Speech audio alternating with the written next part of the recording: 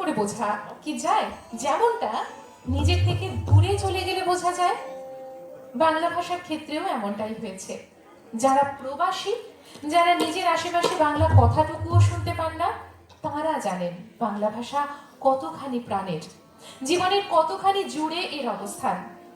আর সেই জন্যই হয়তো কবি আব্দুল হাকিম লিখেছিলেন, দেশি ভাষা বিদ্যা যার মনে না জুগায়, নিজ দেশ ত্যাগী কেন বিদেশে না যায়। মঞ্চে গীতিকুঞ্জ। করো তিথি, হও করো